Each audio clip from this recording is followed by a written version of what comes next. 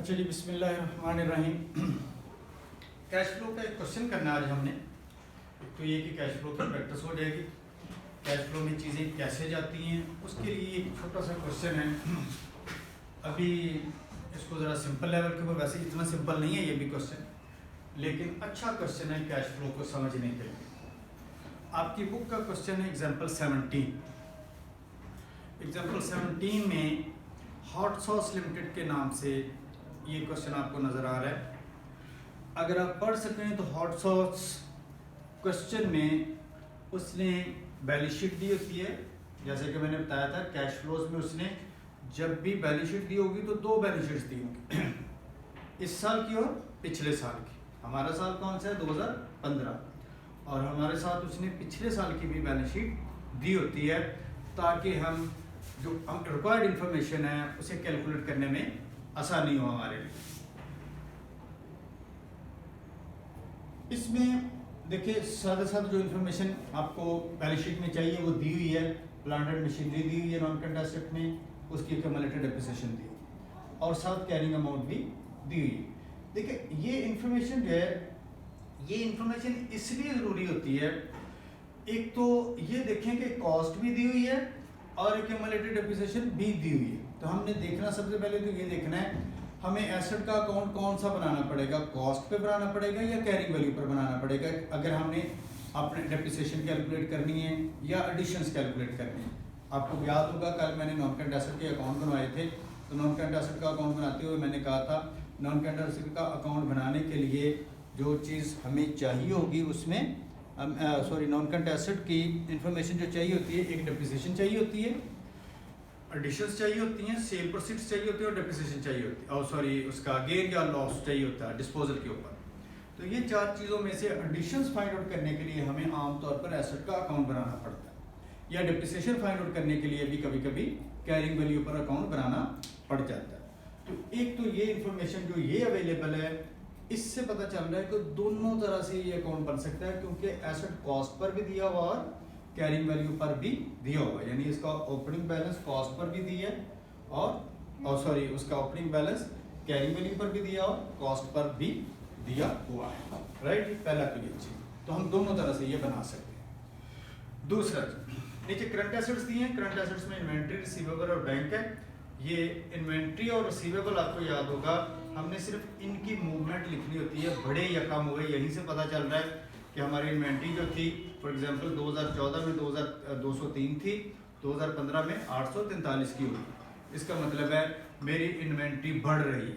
इसी तरह अगर रिसीवेबल भी देखें तो रिसीवेबल चूँकि अगर तो कोई बैड डेट्स और अलाउंसेस वगैरह नहीं दिए हुए, तो फिर यहाँ से हम सिंपल उसकी मूवमेंट देख लेंगे, हमें पता चल रहा है हमारे रिसीवेबल 147 से बढ़कर 184 के हो रहे हैं। तो हम यहाँ से इंक्रीज या डिक्रीज फाइंड आउट कर सकते हैं। अगर आपको वर्किंग कैपिटल की रेशो का पता हो तो working capital ratio working capital की जो मूवमेंट थी उसमें हमने तीन चीज़ें देखनी होती हैं, inventory increase decrease, receivable increase decrease और पेएबल की इंक्रीज या डिक्रीज। तो इन्वेंट्री और रिसीवेबल की इंक्रीज डिक्रीज यहाँ से हमें पता चल जाएगी। इसके बाद नेक्स्ट हमें टोटल एसेट्स दिए, इक्विटी आ गई। तो इक्विटी में भी देखें, यहाँ पर भी देखें, शेयर कैपिटल 740 के थे, बढ़कर कितने हो गए 940 के। हमें ये तकरीबन 200 रुपये का हमें गेन हो रहा है इसमें, यानी कैश आया होगा। लेकिन इसमें हमने ये देखना होता है क्या ये 200 का 200 कैश पर आया, कहीं बोनस इशू तो नहीं है। फिर वो नीचे एडजस्टमेंट में कहीं अगर इन्फॉर्मेशन दी हो बोनस से रिलेटेड तो उसका भी अकाउंट बना लेती हैं, और अगर नीचे कहीं इन्फॉर्मेशन बोनस की ना हो तो फिर हमें इसका अकाउंट बनाने की ज़रूरत नहीं है। हम सीधा यहीं से नज़र आ रहा है हमारा जो शेयर्स हैं वो 740 से बढ़कर 940 के हो, यानी 200 रुपये का कैश आया होगा। इसी तरह शेयर प्रीमियम भी जो है वो 100 रुपये से बढ़ा हुआ नज़र आ रहा है, 0 था और आखिर में 100 नज़र आ रहा है। अगर तो बोनस इशू इसमें से इशू नहीं हुए तो ये पूरे का पूरा 100 जो है ये हमारा कैश है। अगर कोई बोनस वगैरह है तो उसका अकाउंट बन जाएगा उसका, ठीक हो गया। और रिटेन अर्निंग्स हैं, इसका भी ओपनिंग क्लोजिंग दिया हुआ है। मैंने बताया था रिटेन अर्निंग्स ओपनिंग क्लोजिंग क्यों वो देता है, ताकि या तो प्रॉफिट कैलकुलेट करना हो या डिविडेंड्स कैलकुलेट करना हो। तो हम देख लेते हैं ये कहाँ पर काम आएगा, लेकिन रिटेन अर्निंग्स का अकाउंट ज़रूर बनाते हैं अगर डिविडेंड्स और प्रॉफिट की इंफॉर्मेशन ना दी हो तो। अगर दी हो तो फिर इसका भी अकाउंट बनाने की ज़रूरत नहीं है, यानी प्रॉफिट भी दिया है, डिविडेंड्स पेड भी खुद ही दिए हैं, तो फिर बनाने की ज़रूरत नहीं है। आप नॉन करंट लायबिलिटीज़ में आ जाए, लोन्स दिए हुए हैं, लोन्स 320 के थे और अब वो 150 के नज़र आ रहे। इसका मतलब है साल के दौरान यहाँ से तो नज़र आ रहा है कि लोन्स कम हुए, लेकिन इंफॉर्मेशन अगर लोन कोई लिए या दिए उसकी इंफॉर्मेशन एडजस्टमेंट में दी हो तो फिर उसका भी अकाउंट बनाते हैं ये देखने के लिए कि लोन आए कितने और लोन गए कितने। माइंड यू इसके बारे में मैंने आपको बताया था, इसमें से लोन जो आया है उसको भी आपने लिखना है और जो गया है उसका भी लिखना है, क्योंकि दोनों का कैश से ताल्लुक है। अगर लोन लिया है तो कैश आया है और अगर लोन दिया है तो कैश गया है, तो आपने दोनों को लिखना होता है, उसके रिसीट को रिसीट में और पेमेंट को पेमेंट में। इसके बाद करंट लायबिलिटीज में आ जाएं, बैंक कोडी का अभी कोई लेना देना नहीं है, इसको कैश एंड कैश इक्विवेलेंट में जाकर हमने एडजस्ट करना है नीचे जाकर। ट्रेड एंड अदर पेएबल्स हैं जी, ये trade and other payables are creditors या पेएबल्स, ये भी वर्किंग कैपिटल की चीज़ है। वर्किंग कैपिटल में हमने इसे 152 से हमारे पेएबल्स कम होके 141 है। बहुत का तो होता है इसमें वो कह देता है कि इंटरेस्ट भी शामिल है, अक्रूड इंटरेस्ट, तो फिर वो निकाल दिया जाता है। ओपनिंग से निकल जाएगा, क्लोजिंग से निकल जाएगा और उसका अपना अलग अकाउंट बनेगा इंटरेस्ट पेड फाइंड आउट करने के लिए, जो हमने अकाउंट कल बनाया था। तो ये सिंपली वो भी देख लेते हैं, मेरा ख्याल है शायद इसमें एक एडजस्टमेंट ऐसी है। टैक्स पेएबल, इसका भी मैंने कहा था अकाउंट बनाएंगे, ओपनिंग क्लोजिंग दोनों दिए, करंट ईयर का भी दिया होता है, तो हमें टैक्स पेड नजर आ जाएगा कि हमारा टैक्स पे कितना हुआ।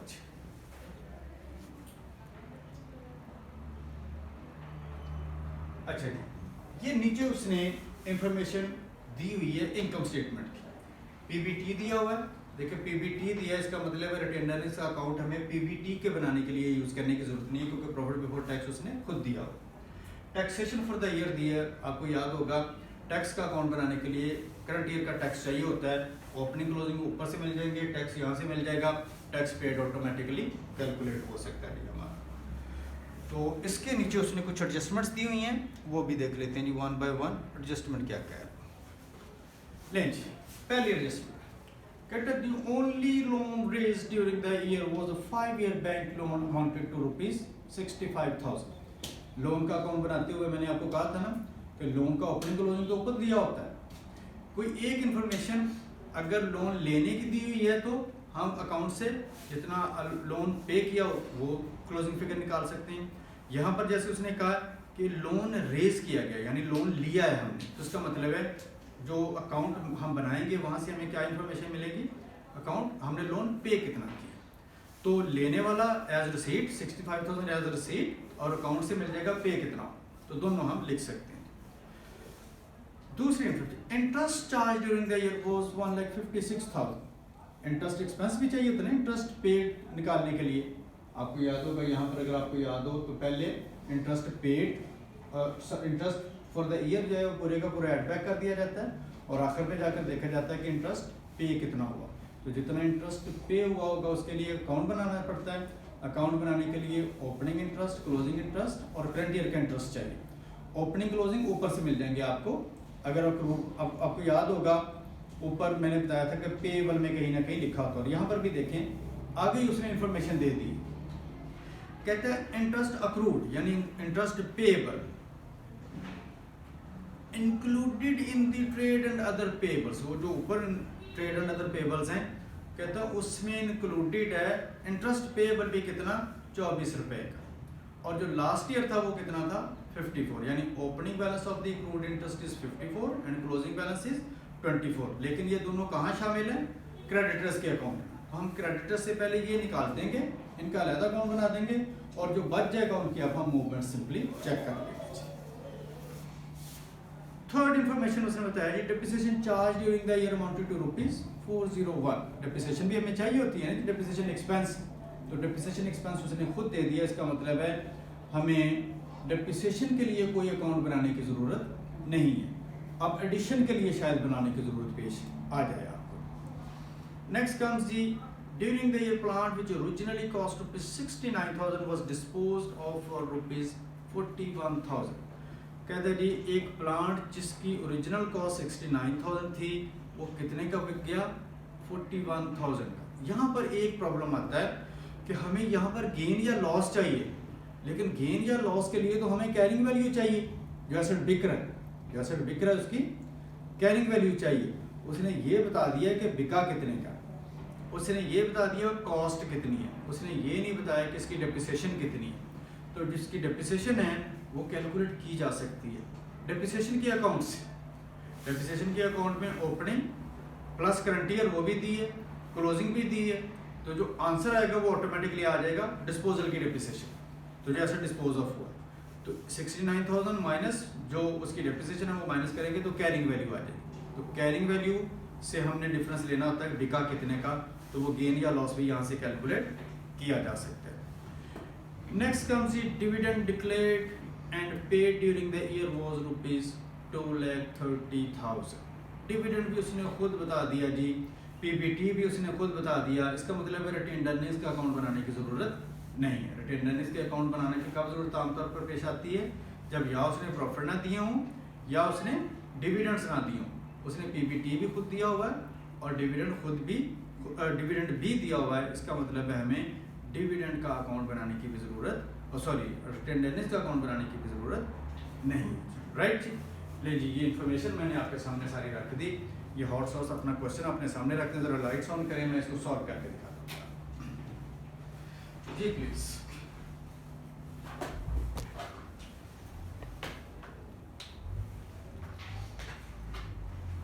हाँ जी, अच्छा सबसे पहले तो ये देखें जो इंफॉर्मेशन अवेलेबल है वो सारी इंफॉर्मेशन लिख लेते हैं।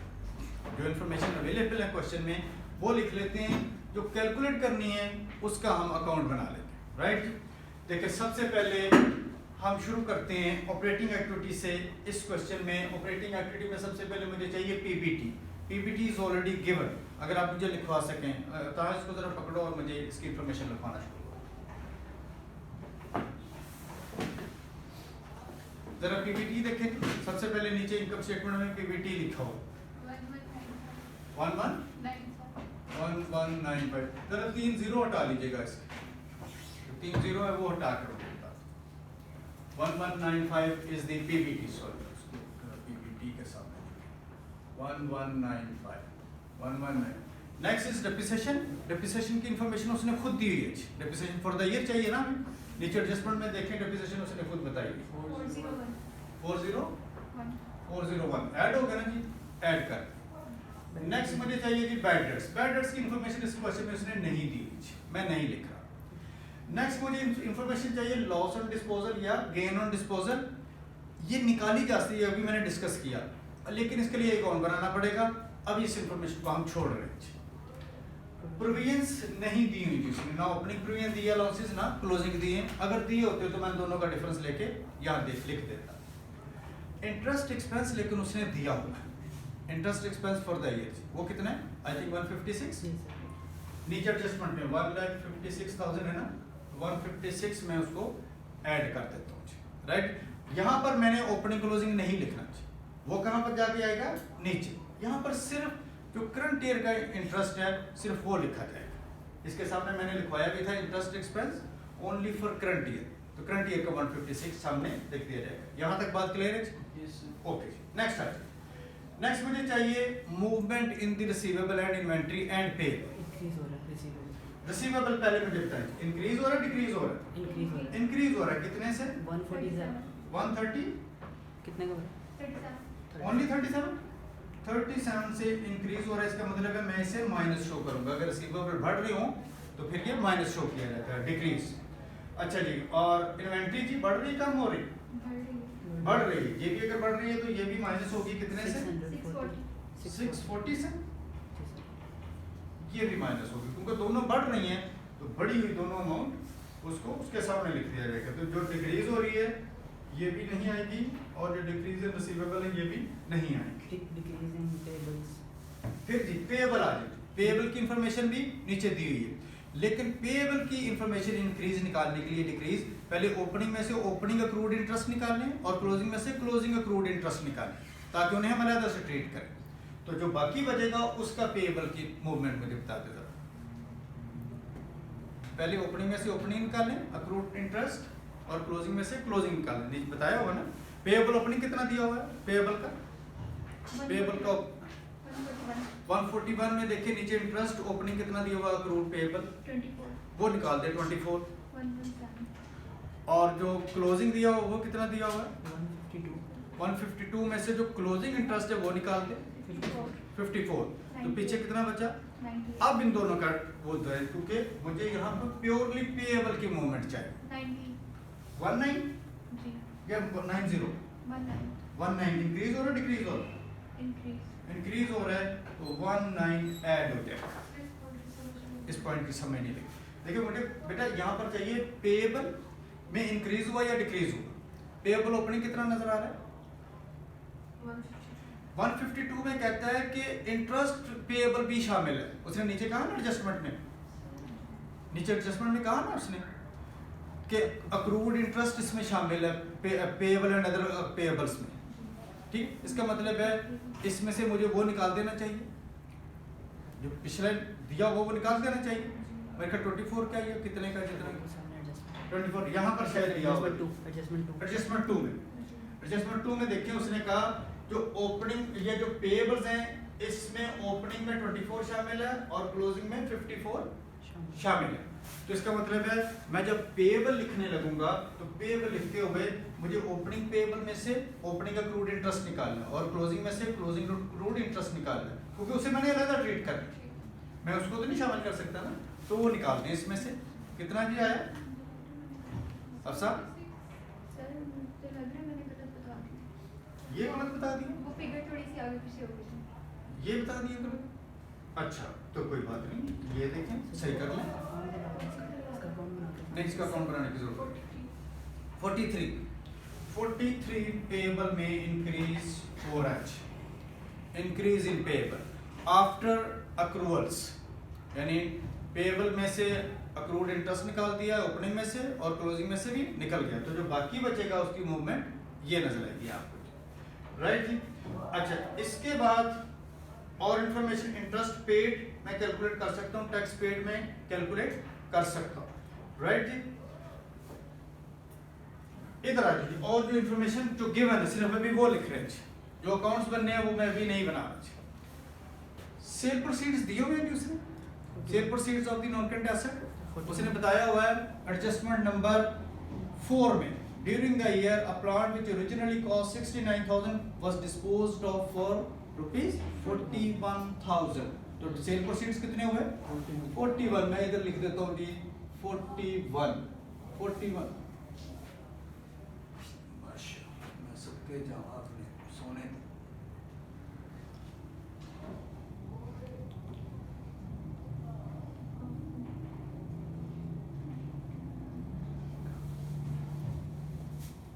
उनका सेल प्रोसीड्स और नीचे लिखा डिस्पोज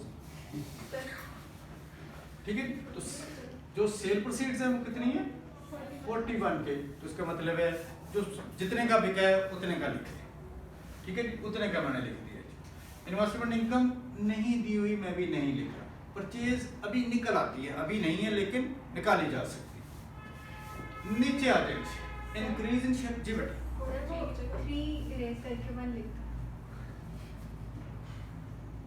ये 3 इरेज करके 1 लिख दें जी तीसरी दफा कैलकुलेशन ठीक है लेकिन आप अपने अपने घरों में कैलकुलेटर पर ठीक करें मैं किसी और के हाथों में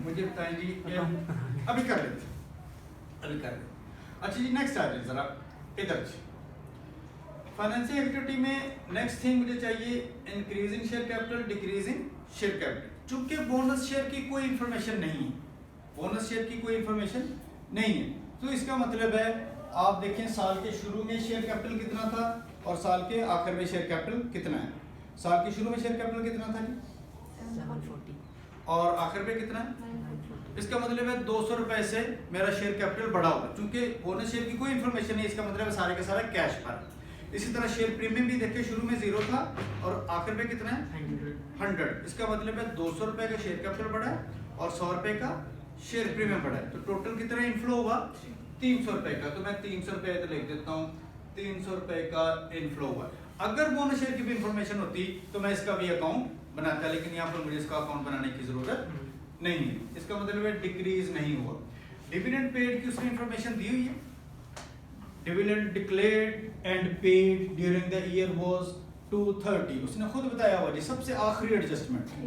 डिक्लेयर्ड, अगर वो सिर्फ लिखता डिविडेंड डिक्लेयर्ड तो फिर ये पे नहीं था, अभी डिक्लेयर था, लेकिन उसने declared and paid during the year was 230। तो मैं डिविडेंड की इंफॉर्मेशन डिविडेंड के सामने लिख रहा हूँ, 230 का उसका आउटफ्लो मैंने शो कर दिया। लोन रिसीव कितना हुआ वो उसने बताया होगा, कितना, 65 का, सबसे पहली एडजस्टमेंट। लोन रिसीव कितना हुआ वो इंफॉर्मेशन गिवन है 65 की। लोन पे कितना हुआ उसके लिए अकाउंट बनाना पड़ेगा, क्योंकि लोन का ओपनिंग बैलेंस भी दिया है, क्लोजिंग बैलेंस भी दिया है, रिसीव दिया है, पेड ऑटोमेटिकली एडजस्टमेंट में आ जाएगा हमारे पास, उसकी जो एडजस्टिंग फिगर है तो वो भी निकाला जा सकता है, राइट जी।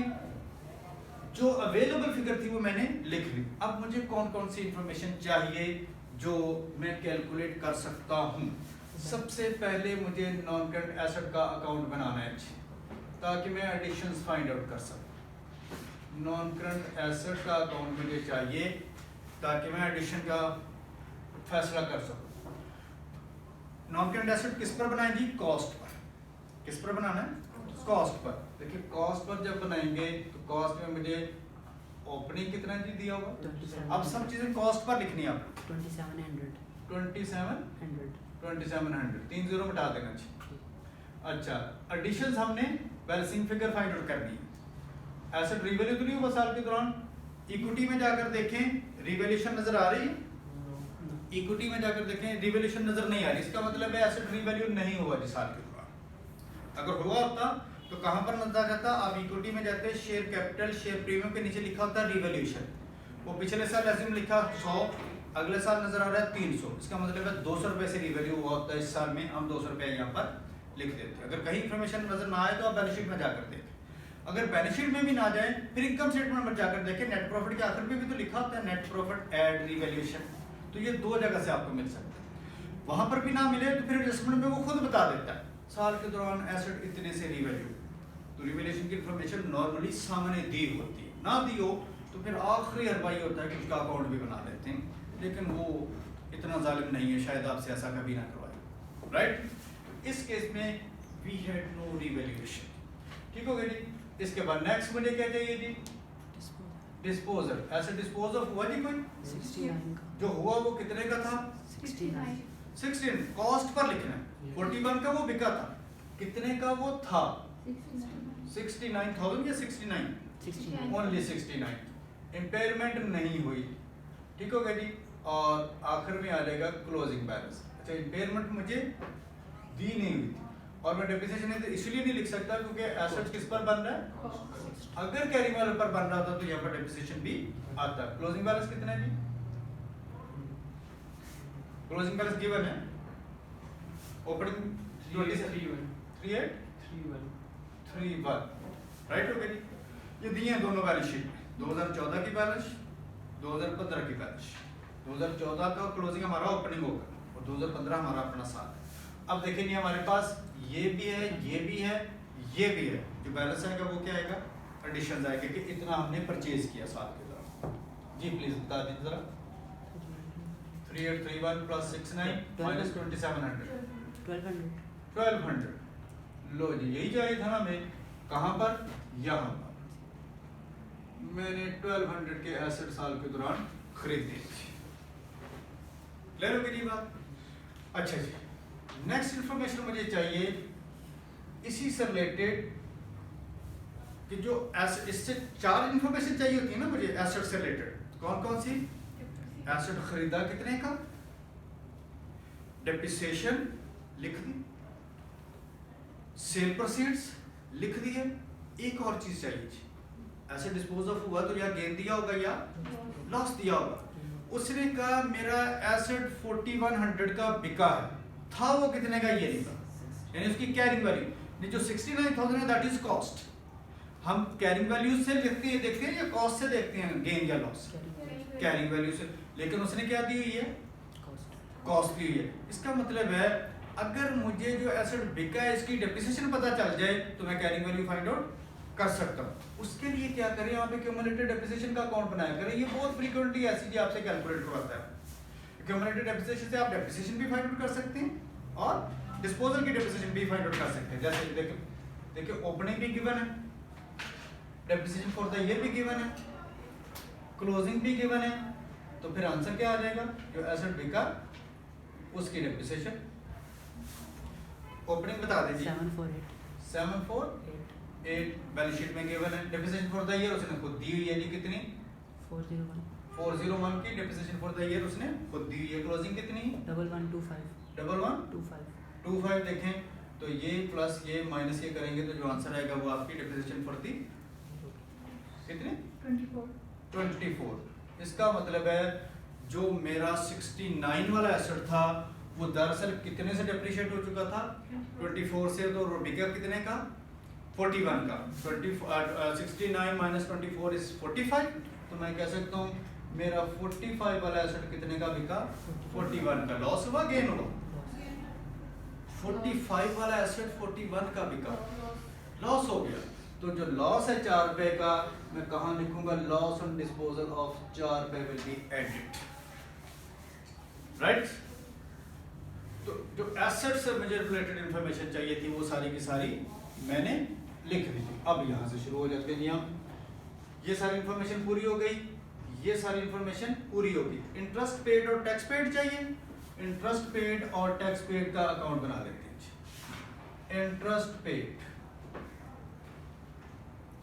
इंटरेस्ट पेड के लिए ये अकाउंट कब बनेगा, जब इंटरेस्ट का ओपनिंग या क्लोजिंग दिया हो, और उसने दिया हुआ है वो समझ ये पॉइंट बेटा, वो जो आप पूछ रही थी हमने वहां से वो क्यों निकाला था, वो दरअसल इसलिए निकाला था कि इंटरेस्ट का अपना अकाउंट यहां पर मुझे चाहिए था। Opening interest plus interest for the year और क्लोजिंग इंटरेस्ट, जो आंसर आएगा वो क्या आएगा, कैश पेड। ओपनिंग कितना था I think 24, closing 54, interest for the year 156, तो जो बाकी होगा वो पे हो गया। जी प्लीज 126 पक्की बात 126। तो जो इंटरेस्ट पेड है वो मुझे पता चल गया 126। ये देखो इंटरेस्ट जो हमने अपने प्रॉफिट से निकाला हुआ था वो कितना था 156। बाद में हमें पता चला कि दरअसल इसमें से पे कितना हुआ है ओनली 126, इसीलिए हमने पहले उसे ऐड बैक किया और बाद में सिर्फ उतना निकाला जितना पे हुआ, राइट। ये इस अकाउंट की समझ लगी थी क्या, ये अक्सर क्वेश्चन ऐसे आता है कि उसने इंटरेस्ट के जो अक्रूड इंटरेस्ट है वो पेएबल में शामिल किए होते हैं, तो आपने पेएबल की मूवमेंट करते हुए पहले ये दोनों निकाल देने और उनकी मूवमेंट चेक कर लें और इनका अलग अकाउंट बना। इसी तरह जी हमें टैक्स पेड चाहिए, तो टैक्स पेड के लिए टैक्स का अकाउंट बना लेते हैं। ओपनिंग टैक्स गिवन है, tax for the year given है, क्लोजिंग भी गिवन है, बाकी आंसर क्या होगा कैश। ओपनिंग कितना है 470 ओपनिंग गिवन है जी क्वेश्चन में, करंट लायबिलिटीज में नजर आ रहा होगा टैक्स पेड, और क्लोजिंग कितना है 602। Income tax for the year भी उसने दिया हुआ जी 602, ये प्लस ये माइनस ये तो ज़ाहिर 470 होगा, ये प्लस ये तो दोनों आपस में कट गए ना, तो वही आंसर आ गया होगा, या कर लें आप, गलत करना ठीक है। तो 470 टैक्स पेड भी मैंने माइनस कर दिया, राइट हो गया जी। मेरा ख्याल है बच्चा कुछ नहीं, लोन का अकाउंट बनेगा जी। इधर आ जाएगी, परचेज निकाल लिया, डिस्पोजल निकाल लिया, इन्वेस्टमेंट इनकम थी कोई नहीं, शेयर कैपिटल शेयर प्रीमियम का अकाउंट नहीं बनेगा क्योंकि सीधी सीधी मूवमेंट थी, मैंने लिख दिया। डिविडेंड पे उसने खुद दिया हुआ था, लिख दिया। लोन रिसीव्ड मैंने 65 लिख दिया, लेकिन लोन पे कितना हुआ उसके लिए क्या करना पड़ेगा, अकाउंट बनाएंगे। ये अक्सर बच्चा गलती करता है, लोन का चूंकि एक रिसीव्ड दिया होता है वो कहता है कि शायद रिसीव्ड ही है, तो वही लिख के आ जाता है। पेमेंट भी लिखी, उसके लिए अकाउंट बनाए। इसके लिए क्या देखेंगे, जब हमने साल शुरू किया तो इतना लोन मेरे पास पहले ही था, और मजीद लोन कितना किया, जो लोन रिसीव्ड है वो जैसे 65 था, और जो बाकी आएगा वो कैश पेड होगा। सर वो डिक्रीज इन पेबल्स माइनस नहीं होगा, मेरे ख्याल डिक्रीज थे नहीं, डिक्रीज थे, चल कर लेते हैं। अगर डिक्रीज इन पेएबल है फिर ये माइनस करें। आपने बाय द वे तब मुझे इंक्रीज लिखवाया था शायद, तो मैंने लिख दिया। सर वो 43 था ना। कोई बात कोई बात, अभी भी वो कह रही है कि गलत है तो मैं इसलिए चुप हूँ उसके बारे में। जी प्लीज लोन्स बता दीजिए। ओपनिंग लोन्स 320 साल के दौरान 65 मजीद खरीद लिए। अब कितने देने वाले रह गए? 150। तो कितने पे हो गए? 235 के पे हो गए। तो जो पे हो गए हैं वो पेड के सामने लिख दीजिए। राइट, कोई चीज बची तो नहीं हमारे हिसाब से? नीचे वाले रह गए बस। नहीं वो कर लेते हैं। इसमें देखें, इसका जरा फिर से मुझे बता दें, आपने ये ठीक कैलकुलेट किया या मैं कैलकुलेट कर दूं? मैं कर देता हूं। पेएबल में देखें, ओपनिंग पेएबल थे कितने वैसे? ओपनिंग पेएबल आपके मुताबिक 152 माइनस 24 माइनस वो कितना था जी? 141 माइनस 54। इन दोनों का आंसर माइनस इन दोनों का आंसर। 128। This is 128। 128 माइनस 87। लो जी, देखिए कितना बनता है। ये तो खैर समझ लग रही है कि ये कम हो रही है। कितने से?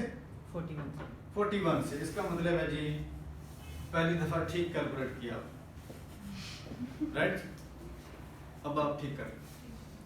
अच्छा अब जरा टोटल कर लेते हैं जी सबके। आ जाए जी, जरा इसका टोटल कर दें जी सामने सारी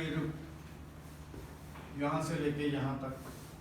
पहले तो देख लें जो ऐड होनी थी, ऐड हो रही चीज ऐड होनी थी, ऐड हो रही है, ऐड हो रही है, ऐड हो रही है, ठीक है। माइनस हो रही है, माइनस हो रही है, ठीक है।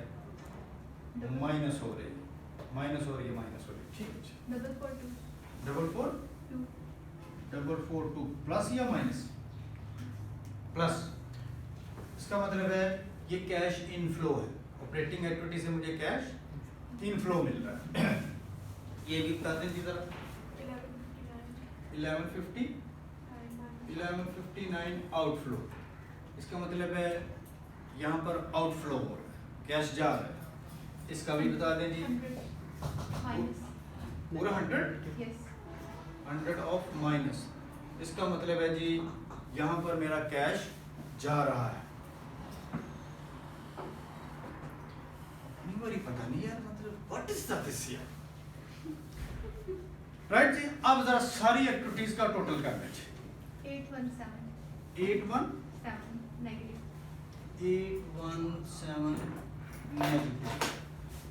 राइट जी। इसमें ऐड क्या करना है? Opening cash and cash equivalent add करते हैं और जो बैंक ओडी है वो माइनस करते हैं। ओपनिंग जो था बैंक कितना? बैंक में कितना? 51 और बैंक ओडी भी मेरे दिया हुआ शायद। बैंक ओडी 0 है, ओपनिंग बैंक ओडी 0 है। तो ये दोनों देखेंगे कितना बनता है इसका आंसर। क्लोजिंग में बैंक 0 हो गया और बैंक ओडी जो है वो 766 है। 766। जो आपका आंसर वहां पर बैंक ओडी में नजर आना चाहिए वो 766 नजर आना चाहिए। बैंक ओडी में देखें बैंक 766 है। लो जी फिर छोटे बच्चे तालियां, बड़े बच्चे बैठ गए ना पीछे, राइट। तो ये एक हमने एक सिंपलेस्ट ऑफ द एग्जाम्पल, लेकिन ऐसा क्वेश्चन एग्जाम में भी आता है। एग्जाम लेवल का क्वेश्चन है, बाय द वे ये पास पेपर का क्वेश्चन था। पास पेपर में ये क्वेश्चन आ गया, लेकिन एक सिंपल लेवल का है अभी। लेकिन अगर ये समझ लग जाए जो बेसिक उसकी मूवमेंट है, ये क्वेश्चन मूवमेंट समझने के लिए अच्छा है। कहाँ कौन सी चीज़ कैसे जानी चाहिए, कैसे कैलकुलेट करनी है। अगर मैं आपसे कहूँ कि इसके ऊपर ज़रा कमेंट करके बताएं कि आपका बिजनेस कैसा है, कैश अच्छा जा रहा है, बुरा जा रहा है? बुरा जा रहा है। देखिए समझे रहे, बिजनेस बुरा जा रहा है। देखिए 766 का ओडी बैंक ने सिर पे चढ़े है, तो ये कोई अच्छी चीज़ तो नहीं है ना। आपका क्या ख्याल है अली इसके बारे में? 766 हमने कैश लोगों का देना है, तो कैसा ये बिजनेस?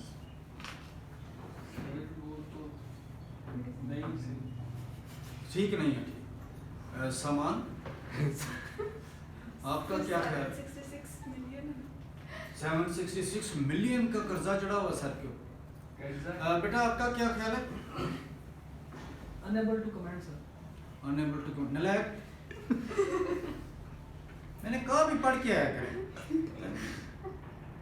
क्यों यार इतने नॉन सीरियस हैं? सारा दिन मोबाइल वीडियोस, घर जाएंगे यूं ऐसे लिया मोबाइल देखी जा रहे हैं, रिटर्ना जमा हो रही ने, पढ़ना नहीं लेकिन घर जाके इन्हों रहन दिए हैं बुरा बुरा जा बहुत बुरा। लेकिन अपेरेंटली तो हम कह सकते हैं बुरा जा रहा है। वो कमेंट्स भी पूछ लेता जी आपसे कि ये जो आपने बनाया है इसके ऊपर कमेंट भी करें। देखिए कमेंट आपने कैसे करना, ऑपरेटिंग एक्टिविटी ये कहाँ से कैश आता है? हमारे प्योर ऑपरेशन से, यानी जिस काम के लिए हम बने हैं वहाँ से कितना पैसा आ रहा। अगर आप गौर करें जिस काम के लिए हम बने हैं वहाँ पर हमारे पास प्रॉफिट थे 1195 रुपये के, उसमें से अच्छा खासा कैश हमें मिल गया 442 is an inflow which is good sign. जिस काम के लिए आप बने हैं, फॉर एग्जांपल आप जूते बेचते हैं तो जूते बेचने के कारोबार से आपको पैसे आ रहे हैं, cash inflow from operating activity is a good sign, is good sign, हमें पैसे मिलने चाहिए। देखें आप कपड़ा बेच रहे हैं तो सारा उधार दे बेच देता, तो यहाँ पर इनफ्लो नजर आएगा आपको, आउटफ्लो नजर आएगा। इसका मतलब है ऑपरेटिंग एक्टिविटी से हमें 442 का कैश मिल रहा है, और तो हमें 1195 की सेल्स थी, इसमें से कैश मिलना चाहिए था, लेकिन ये कैश हमें पूरा नहीं मिला, लेकिन फिर भी मिला। हम कह सकते हैं उसकी बहुत सारी बड़ी वजह जो क्या है कि हमें बहुत हैवी परसेंटेज ऑफ डिप्रिसिएशन जो है वो जो है इसमें डिप्रिसिएशन देनी पड़ी थी, वो डिप्रिसिएशन का फैक्टर इसमें डिस्कस करेंगे। फिर आप नीचे आ जाएं, इन्वेंट्रीज अच्छी खासी आपने खरीदी, यानी सेल आपने अच्छी खासी की, इन्वेंट्री खरीदी 640 की, बहुत हैवी अमाउंट की इन्वेंट्री आपने खरीदी, वो डिस्कस करें। फिर देखें 470 के टैक्सेस पे करने पड़े, ये डिस्कस करें। और बाकी जो आपका इसके 126 के आपने इंटरेस्ट पे किया, ये डिस्कस करें। आप कहें कि हमें ऑल्दो प्रॉफिट हुए लेकिन इन्वेंट्रीज खरीदी, टैक्स हाई पे करने पड़े, हमें इंटरेस्ट हाई पे करना पड़ा, जिसकी वजह से हमारे जो कैश फ्लो एक्चुअली ज़्यादा होने चाहिए थे वो उतने नहीं हुए, लेकिन स्टिल सेटिस्फैक्ट्री हैं, ये कैश अच्छा खासा है कंसिडरिंग द करंट सिचुएशन जहाँ पर ज़्यादातर सेल्स आपकी क्रेडिट पर होती हैं। ऑपरेटिंग एक्टिविटी से 442 कैश पूरा नहीं है, ऑल्दो उतना नहीं है जितने प्रॉफिट हुए, लेकिन फिर भी अच्छा खासा कैश हमें मिला है। अच्छा, यहाँ से हम कहें कि ऑपरेटिंग एक्टिविटी से हमें 442 का कैश मिला, which is a healthy sign कि हमें जिस काम के लिए हम बने हैं, जो बिजनेस हम कर रहे हैं वो हमें कैश दे रहा है। As long as operating activities are generating cash out inflow, तब तक आपका बिजनेस अच्छा चल रहा है। अच्छा, नेक्स्ट आ जाए, इन्वेस्टिंग एक्टिविटी में कितना आउटफ्लो शो हो रहा है? 1159 का। 1159 का आउटफ्लो होना बुरी बात है, अच्छी बात है? 1149 देखें पैसा चला गया, अच्छी बात है। अच्छी बात है। क्यों अच्छी बात? सर हमने इन्वेस्ट किया ना। देखिए डोंट फॉरगेट, ये गया है लेकिन उसकी जगह आया क्या है? नॉन करंट एसेट खरीदी है, बिजनेस प्रोग्रेस कर रहा है, ग्रो कर रहा है, इसी वजह से देखें कितनी हैवी डिप्रिसिएशन पे करनी पड़ी। आप नए एसेट खरीदे, आप नए एसेट खरीदने का मतलब है भाई यहाँ से कैश आ रहा है हमारे पास, इस कैश को जनरेट मजीद करने के लिए हमने सोचा यार हमारा बिजनेस तो चल पड़ा, हमने एसेट खरीद लिए। जब एसेट खरीदे हैं तो एसेट खरीदने से हमारा देखें कैश आउटफ्लो शो हो रहा है। आउटफ्लो वैसे लग रहा है कि शायद बहुत बुरा साइन है, लेकिन इन्वेस्टिंग एक्टिविटी में कैश आउटफ्लो होना is a good sign. Investing activity में कैश इनफ्लो होने का क्या मतलब है? आपने एसेट बेचना शुरू कर दिया, एसेट बेचना शुरू करते हैं तो मतलब है साल के बाद इंशाल्लाह फिर घर दियां तैयारियां ने लाहौर वापस चलने, एसेट बिक रहे हैं, राइट जी। तो जरा यहाँ पर देखते हुए आपने कहना है यहाँ पर 1159 का cash outflow is a good sign, is a good sign, right जी। अच्छा, ये पैसा जाहिर है ऑल्दो हमारे पास नहीं था, हमारे पास कुछ पहले पड़े थे, कुछ डोंट फॉरगेट हमने लोन्स लिए, कुछ हमने नए शेयर्स इशू किए, यहाँ से भी तो पैसे आए ना हमारे पास।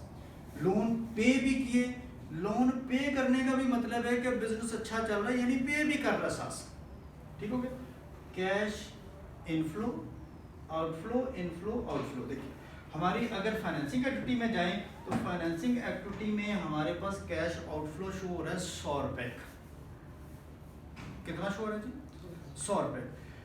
फाइनेंसिंग एक्टिविटी में कैश इनफ्लो होना भी अच्छी बात है depending upon the situation, and outflow होना भी अच्छी बात है depending upon the situation. Outflow होने का मतलब है we are paying our debts, we are paying our debts, we are good enough, we are having cash enough कि हम अपने डेट्स को पे कर रहे हैं, हम अपने डेट्स को पे कर रहे हैं। लेकिन यहाँ पर बहुत ज्यादा आउटफ्लो होने का मतलब ये है कि आप सिर्फ पे ही किए जा रहे हैं, जिनको आपने पे करना है वो तो पे हुए जा रहे हैं, लेकिन जिन्होंने आपको पैसे देने हैं बैंक्स आपके ऊपर ट्रस्ट नहीं कर रहे। अगर यहाँ पर आपका लोन रिसीव्ड में 0 नजर आए या नेगेटिव में जाना शुरू हो जाए, ये नेगेटिव हो और यहाँ पर कुछ ना आए, इसका मतलब है बैंक्स ने सोच लिया है कि अब आपको कोई लोन नहीं देना। वाई?